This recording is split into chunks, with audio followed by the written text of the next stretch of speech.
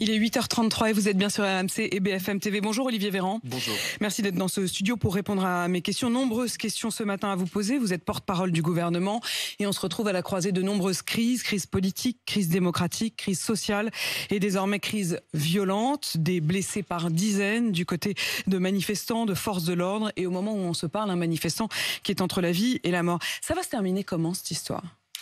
D'abord, il ne faut pas confondre ce qui s'est passé à Sainte-Soline ce week-end et la réforme des retraites. Les gens qui sont allés à Sainte-Soline ce week-end, je rappelle que Sainte-Soline, c'est la construction de bassines, donc des grands trous dans le sol pour y stocker des surplus d'eau pendant l'hiver, pour éviter la sécheresse pour les agriculteurs pendant l'été.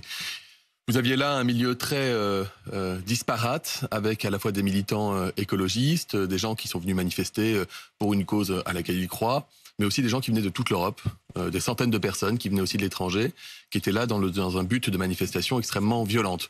Donc ça s'intègre pas, ça n'est pas à intégrer dans le contexte de la réforme des retraites. Par contre, c'était extrêmement violent, c'était attendu. C'est pourquoi la manifestation, d'ailleurs, avait été interdite, parce qu'on craignait, on redoutait, et on savait, on anticipait qu'il y aurait là-bas des violences.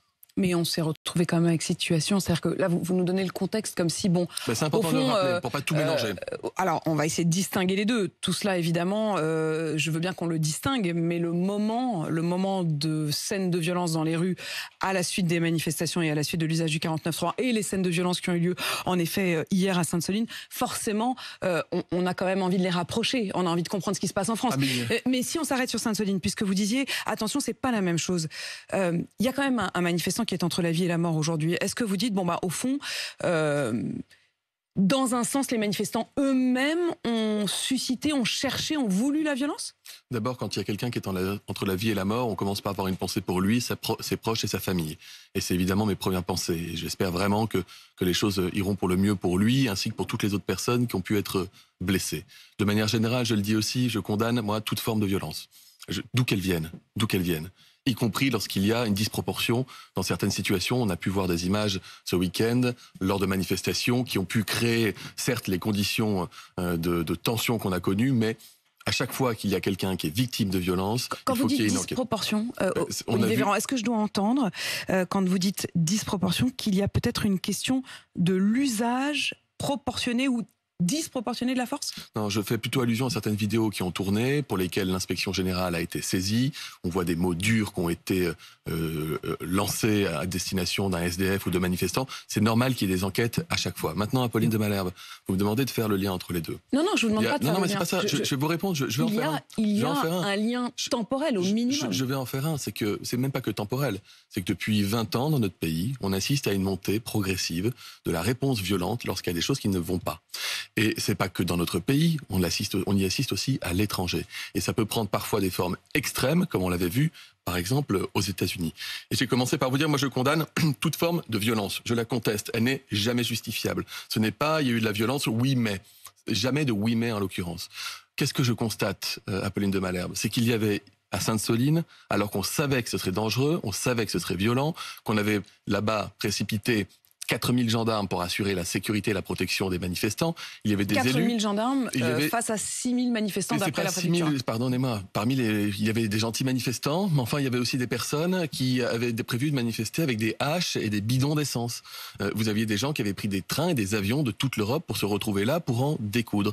Et vous aviez, et là c'est inacceptable, des élus, notamment et essentiellement d'extrême gauche, portant l'écharpe et expliquant Europe Écologie Les Verts, pour vous, c'est principalement eux qui étaient sur place avec la ceinture. Je vous dis qu'il est irresponsable lorsque vous avez une manifestation qui est interdite parce qu'on le dit, il y aura des personnes violentes qui ne viennent pas pour la cause écologique, qui n'en ont rien à faire, mais qui viennent là-bas pour taper et attaquer nos institutions, qu'il y ait des représentants de l'institution sur place qui expliquent que le problème c'est les policiers. Vous savez, Jean-Luc Mélenchon, ses tweets de ce week-end, je vais vous dire au fond. Il ne se serait rien passé de violent si Darmanin n'avait pas déployé 3000 policiers et gendarmes pour protéger, entre guillemets, un trou dans la terre et un tuyau. Une marche dans les champs s'est donc transformée en un exercice de répression policière aveugle, ultra-violente. Voilà les propos de Jean-Luc Mélenchon. Jean-Luc Mélenchon, il est insoumis devant les violences policières, mais il est soumis devant toutes les autres formes de violence. Et vous savez pourquoi ? Parce que Jean-Luc Mélenchon et ses amis, ce sont les rentiers de la colère, les rentiers de la misère des petites gens, et ils sont les actionnaires de ces formes de violence. Il faut le contester. Je le dis, il y a d'un côté ceux qui sont prêts à saper nos institutions pour les causes qu'ils servent, et ceux qui les défendent. Et ceux qui les défendent elles sont de notre côté. Il y a un problème, en tout cas, de chacun qui se renvoie la balle. Et j'aimerais bien qu'on essaie de comprendre comment on en est arrivé là. Mais puisque vous évoquez Sainte-Soline et la question de l'usage de la force, la Ligue des droits de l'homme avait envoyé à Sainte-Soline 22 observateurs et elle fait ce constat. Elle dit: nous avons constaté un usage immodéré ou indiscriminé de la force sur l'ensemble des personnes présentes sur les lieux avec un objectif clair, empêcher l'accès à la bassine, quel qu'en soit le coût humain. Pardon. Vous aviez des policiers et des gendarmes là-bas, sur place. Vous avez vu les images de ces camions qui sont à l'arrêt, sur le bord de la route. Et qui sont pris pour cible. Et les images, on les a montrées. Apolline de Malherbe, incendiés. Incendiés. Vous iriez manifester en famille dans un endroit où il y a des gens qui ont encore une fois des boules de pétanque prêts à les jeter, qui ont des casques par dizaines, qui ont des barres de fer. Vous savez tout ce qu'on a récupéré comme matériel là-bas. Et le manifestant, est-ce que vous avez, ils sont là pour assurer la protection Ils sont là pour assurer la protection des gens eux-mêmes. Comment est-ce qu'il s'est retrouvé blessé? Non, il y aura une enquête là-dessus. J'ai honnêtement pas d'informations. Ce que je vous souhaite, c'est évidemment qu'ils s'en sortent. On n'a pas envie qu'il y ait de victimes humaines. Et il y a déjà eu trop de victimes parce qu'à chaque fois que vous avez des blessés, ce sont des victimes. Il y en a des deux côtés. Mais je vous dis juste, prenons garde à ne pas tout mélanger. On a le plus grand respect pour les gens qui manifestent dans la rue. On a le plus grand respect pour les gens qui expriment des colères et des angoisses. On les entend, on veut y répondre dans le cadre républicain, dans le respect de nos institutions. On veut trouver le chemin pour un accord, de sortir par le haut de cette crise sociale que nous connaissons. Mais rien, encore une fois, ne doit justifier qu'on puisse nous-mêmes internaliser l'idée que finalement, ils en sont arrivés à être violents parce qu'ils n'avaient pas le choix. D'abord, il y a de l'instrumentalisation derrière, avec des gens qui sont venus et qui veulent, de toute façon, saper l'autorité de l'État. Et ça date pas d'aujourd'hui. Ça ne date pas de la réforme des retraites. C'était déjà le cas depuis plusieurs années et on le constate partout en Europe. Mais on va y revenir sur la question des manifestations, pour le coup, des retraites, puisque là, on était sur Sainte-Soline. Mais puisque vous le dites à l'instant, vous dites: nous voulons apaiser. Il y a deux questions qui se posent ce matin. Comment en est-on arrivé là et comment en sortir? Si on se pose la question de comment est-ce qu'on en est arrivé là, il y a en tout cas un moment où ça a basculé, et cet élément déclencheur, c'est la réforme des retraites et le 49.3. Elisabeth Borne, dans un entretien à l'agence France-Presse hier, a dit, je cite, ne plus vouloir recourir au 49.3 en dehors des textes budgétaires. Est-ce qu'il faut entendre: je m'engage à ne plus utiliser le 49.3? Je suis porte-parole du gouvernement, donc je suis porte-parole aussi de la Première ministre, mais je me garde d'interpréter les mots à sa place. Ce que je veux vous dire, Apolline de Malherbe, ce qu'il faut comprendre. La Constitution autorise un gouvernement, lorsqu'il est potentiellement mis en minorité, à recourir à un outil constitutionnel qui s'appelle le 49.3, qui fait qu'au lieu de voter sur le texte, vous votez pour garder la confiance ou au contraire virer le gouvernement en place. Ce qui est un vote extrêmement puissant, vous l'avez connu, vous avez fait une antenne spéciale sur la question. Les parlementaires, majoritairement contre nous, ont décidé majoritairement qu'on devait rester. Bon, ils auraient pu décider autre chose. À 9 voix près, en effet, votre gouvernement a été sauvé. Le texte 49.3, la Constitution a été modifiée par Nicolas Sarkozy, qui autorise à l'utiliser sur tous les textes budgétaires et une fois par session parlementaire sur d'autres textes d'autres natures. Nous avons utilisé le 49.3 sur le budget. D'ailleurs, la Première ministre ne l'exclut pas, puisque le budget, c'est le moment où on se compte. C'est le moment où les députés de la majorité votent et les députés de l'opposition ne le votent pas. C'est que là, vous êtes en train de faire un cours constitutionnel. Mais en fait, on n'en est plus là. C'est pour rappeler, pardonnez-moi, un basique qui est de dire que... Mais les gens ont très bien compris désormais comment ça fonctionnait, le 49.3. n'est pas une arme gouvernementale qui serait tombée du chapeau. C'est non, quelque moi, chose ce que je veux comprendre, c'est est-ce qu'il y a quelque chose de nouveau dans la déclaration d'Elisabeth Borne hier? Si je comprends bien à votre explication de texte, il n'y a rien de nouveau. Mais c'est pas qu'il n'y a rien de nouveau. Non, mais quand elle dit ne plus vouloir recourir au 49.3 en dehors des textes budgétaires, c'est exactement ce qu'elle a dit jusqu'à présent. Donc il n'y a rien de nouveau. Rien n'a été changé par rapport à ce qui s'est passé. On rappelle une détermination qui est totale, qui mais est vous de nous disiez la même chose le matin même du 49.3. Je vous dis, Apolline de Malherbe, je vais vous répondre. Le président de la République nous a demandé, d'ailleurs on aura une réunion à l'Élysée tout à l'heure, où la Première ministre présentera un agenda avec la rencontre des groupes politiques, puis des syndicats, pour qu'on construise un agenda qui nous garantisse de pouvoir bâtir texte par texte des majorités avec la droite et ou avec la gauche, de manière à ce que nous n'ayons même pas à nous poser la question du 49.3. Ce que nous voulons faire, c'est, et d'ailleurs nous l'avons fait, vous l'avez rappelé vous-même, merci de l'avoir fait, depuis maintenant un peu plus de 9 mois, nous avons fait adopter plus de 20 textes sans 49.3 en construisant des majorités. Ce que la Première ministre dit, c'est que sur ce texte des retraites, on a tout fait pour l'éviter, vraiment on voulait l'éviter, on aurait voulu passer avec un vote, on a toujours souhaité, nous, qu'il y ait un vote sur l'article 7 à l'Assemblée nationale, l'obstruction l'en a empêché, et à la fin des fins, eh bien, ceux qui nous avaient dit on votera, on dit on n'est pas sûr finalement de voter. Ce qu'on veut maintenant, c'est vraiment pour apaiser, de pouvoir construire une majorité texte par texte et ne plus se poser la question du 49.3. Mais vous ne dites pas ce matin, nous n'utiliserons plus le 49.3. Elle-même ne l'exclut pas, elle l'exclut pas d'utiliser le 49.3 sur les textes budgétaires. Alors moi j'ai fait un exercice mental, Olivier Véran, quand j'ai vu les déclarations d'Elisabeth Borne hier soir, j'ai fermé les yeux et je me suis dit attendez, on va essayer d'imaginer qu'on est il y a 2 semaines, qu'on est avant l'utilisation du 49.3. Et à ce moment-là, je trouvais que ces propos, tenter de mettre de l'apaisement avec les syndicats, renouer le dialogue avec les syndicats, tout faire pour ne pas recourir au 49.3, c'était raccord. Mais est-ce que vous n'êtes pas juste trompé de timing? C'est redire ça aujourd'hui, c'est complètement décalé. Non, c'est pas décalé. Pardonnez-moi. C'est dire que depuis que nous avons été élus, depuis que les Français nous ont accordé une majorité relative et pas absolue, on fait avec un Parlement absolument inédit dans la 5e, c'est-à-dire un Parlement dans lequel nous n'avons pas la majorité. Et les Français nous ont demandé de construire des majorités. D'abord, on rappelle qu'on a toujours réussi à le faire, sauf sur le budget et sur le texte des retraites. Et on le regrette, on aurait voulu le faire. Et ce qu'on dit aux Français, c'est que oui, on a entendu leur volonté, qu'on puisse travailler avec les uns, avec les autres, et qu'on construise des coalitions, et qu'on s'engage à le faire. Et ceux avec qui vous voulez travailler, c'est notamment les syndicats. Or, Laurent Berger, il vous avait prévenu. Je reprends encore le fil de ma réflexion. Il y a 15 jours, nous étions avant l'utilisation du 49.3. Il était ici même à ce micro et voilà ce qu'il disait. La détermination qui s'exprime dans la rue est en train de se transformer en colère. Adopter via le 49.3, cette procédure hâtive, une réforme à la fois très impactante pour la vie de dizaines de millions de gens, injuste de notre point de vue et mal bricolée, ce serait une forme de vice démocratique. Que la fin de l'histoire soit un 49.3, ça me paraît non seulement incroyable, mais dangereux. Que ne l'avez-vous pas écouté? Mais on écoute Laurent Berger, croyez-moi, en dialogue avec Laurent Berger, on lui tend la main et il a d'ailleurs une hauteur de vue et une posture très digne dans la période. Il condamne, lui, les violences sans mettre de mais et il se garde bien de faire de la politique politicienne à partir de la violence. Dans son intervention de la semaine dernière.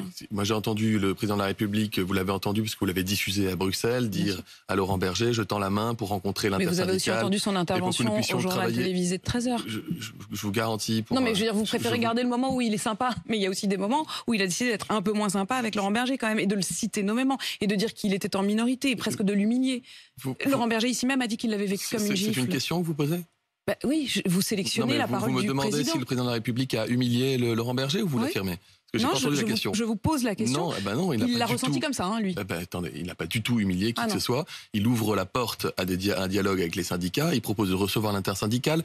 Il a proposé la CFDT sur la base d'ailleurs de revendications anciennes et justes de la CFDT, de travailler sur les fins de carrière, de travailler sur la pénibilité, de travailler sur les petits salaires en dessous du SMIC. Ce qui dit le président de la République... Donc de parler de tout sauf des retraites. Non, mais ce que dit le président de la République, c'est nous avons un désaccord sur l'âge de départ. Nous avons un désaccord sur la manière d'équilibrer le système des retraites. Nous avons un désaccord. Mais la CFDT ne nie pas d'ailleurs qu'il faut équilibrer le système des retraites. Et ça les honore. D'accord? Il dit là-dessus, on ne se mettra pas d'accord. On l'a compris sur les 64 ans. Nous, on a pris nos responsabilités. Et d'ailleurs, on a demandé au Parlement de nous dire si on était légitime pour prendre cette responsabilité. Maintenant, on attend la validation par le Conseil constitutionnel. Elle interviendra, nous l'espérons, en tout cas dans les prochaines semaines, on aura la réponse. Ok, on va pas s'arrêter, on va pas geler le pays autour de cette question et de ce désaccord. Ça doit pas nous empêcher de parler de tout ce qui importe dans la vie des Français, dans leur quotidien et dans la vie des salariés. Mais à cela, et là-dessus, je vais vous dire ma conviction, c'est qu'on va y arriver.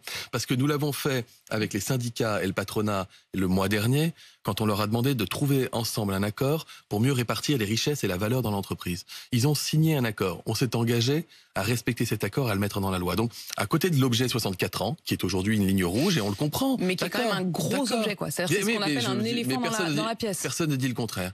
Mais excusez-moi, pour la vie des Français, il n'y a pas que ça. Si le président dit les 64 ans ne s'appliqueront pas, alors on sera d'accord pour rediscuter. Oui, et nous disons, lorsque le Conseil constitutionnel aura validé, on se retrouvera pour discuter. Vous pensez qu'il va valider?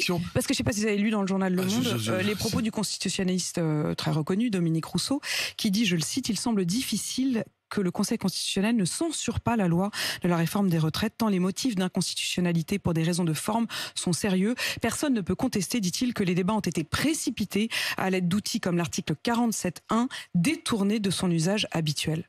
Mais c'est formidable. Mais je ne vais pas faire de commentaires. On va juste laisser les juges constitutionnels, c'est leur rôle de le faire. Ils ont cette fonction, ils sont indépendants. Vous leur avez on va les laisser demandé faire ce travail-là. Non, on leur a demandé, la Première ministre les a saisis pour être sûr qu'ils soient saisis, ce qui est un acte symbolique fort qui montre qu'on a envie de cette validation par le Conseil constitutionnel. Mais je vais vous donner ma conviction, Apolline de Malherbe, c'est qu'on va se retrouver autour d'une table. Dans quelques jours, dans quelques semaines au plus tard, on va se retrouver autour de la table. Ils vous ont dit qu'ils viendraient? Avec les syndicats. Mais ils aiment leur pays, ils aiment les salariés, ils les défendent. Il y a beaucoup de combats qu'ils mènent à côté des 64 ans. Et nous sommes en responsabilité pour décider, mais on ne veut pas décider seul, on veut le faire avec eux. On veut parler de ça. Dans la rue, Apolline de Malherbe, jeudi, et sans doute encore demain, vous aviez des gens qui contestaient les 64 ans. Mais vous aviez aussi des gens qui contestaient d'autres problèmes liés au travail. Ces salariés de la première et la deuxième ligne pendant le Covid, dont la vie n'a pas changé, mais qui ont vu les cadres, eux, partir en télétravail. Ils ont envie qu'on s'occupe d'eux. Entendez dans les messages, moi j'entends, je discutais avec un cuisinier, il me disait le problème c'est pas tellement l'âge, c'est qu'au bout d'un certain nombre d'années, on est de toute façon usé et fatigué, il faut qu'on fasse autre chose. Il faut les accompagner. J'écoutais une AESH qui disait comment vous voulez que je vive dignement avec mes revenus d'aujourd'hui. Il faut pouvoir l'écouter et travailler sur ces bas salaires. Donc il y a énormément de préoccupations du quotidien des Français qui se retrouvent aujourd'hui dans un magma lié à la question des 64 ans, qui est un vrai sujet et que je ne néglige pas, que je ne nie pas et qu'on assume. Mais toutes ces questions-là, il faut les aborder. Et puis vous avez les jeunes qui ont rejoint le cortège jeudi, eux, avec un ressentiment démocratique, avec le sentiment que les choses ne se passeraient pas normalement du fait de l'usage de 49.3. Qu'est-ce que vous leur dites à eux qui sont venus massivement et qui, en effet, sont un point de bascule dans les mobilisations? D'abord, c'est pour ça que j'essayais tout à l'heure de réexpliquer quand même que le 49.3 est un outil que nous n'avons pas sorti du chapeau, mais qui est constitutionnel et qui avait été anticipé par les pères fondateurs de la Constitution. Ensuite, tout en disant que c'est pas un outil qu'on a plaisir à utiliser, qu'on a envie d'utiliser. Et les mots de la Première ministre sont très forts en la matière. Et ensuite dire que ce désir démocratique, ce désir de pouvoir être utile, de pouvoir se faire entendre, non seulement on l'entend, mais on veut l'accompagner et qu'on veut développer des nouveaux outils. On le fait actuellement avec les CNR dans les territoires, sur l'école, sur la santé, pour dire aux Français, dites-nous comment vous voulez vous organiser. La Première ministre a aussi parlé de donner plus d'autonomie au territoire. Il faut davantage qu'on l'expérimente. Elle parle d'une nouvelle méthode de gouvernance. Mais tout ne doit pas venir de Paris. Il y a plein de trucs. Moi, je veux dire, il y a plein d'idées qu'on ne mettra pas dans le droit commun, dans la loi tout de suite, mais qu'on pourrait expérimenter dans des territoires, à l'échelle des métropoles par exemple, pour voir si ça marche ou si ça marche pas. Faut donner de l'air, faut aérer davantage. Et puis consulter les gens, c'est ce qu'on fait aussi, à la demande du président de la République, dans le cadre de la Convention sur la fin de vie par exemple.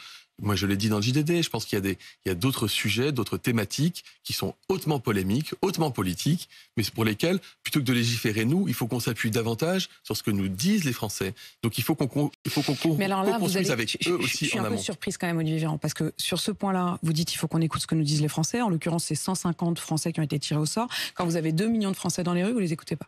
Mais pardonnez-moi, la guerre de représentativité ou la guerre de légitimité, je ne m'y inscris pas. D'accord, quand même, c'est 150 personnes tirées au sort. Là, il y a 2 millions de personnes qui descendent volontairement dans la rue, mais semaine après semaine. C'est une petite France, 150 personnes, Apolline de Malherbe, des gens qui sont tirés au sort. 2 millions, c'est pas une petite France. Pardonnez-moi, mais on va pas compter les gens qui manifestent et ceux, à le contrario, qui ne manifestent pas. Ça ne veut rien dire, pardonnez-moi. Ils ont la même légitimité. Il y en a un même à qui vous allez donner plus de légitimité. Il y a un outil démocratique qui est expérimenté en France actuellement, qui a 20 ans d'existence dans certains pays, il y en a d'autres modalités, mais la Convention citoyenne est un de ces outils qui a toujours montré qu'il rendait fidèlement compte de l'opinion et qu'il permettait d'avancer en mettant les gens, j'ai envie de vous dire, en responsabilité. Vous tirez pas 150 Français au sort pour leur demander ce qu'ils pensent des retraites. Est-ce que vous pensez qu'ils seront, si on tire 150 personnes au sort, représentatifs des Français? On pourrait le faire sur la question, par exemple, générale du travail, pourquoi pas? Ça me pose pas de difficulté, c'est pas à moi d'en décider.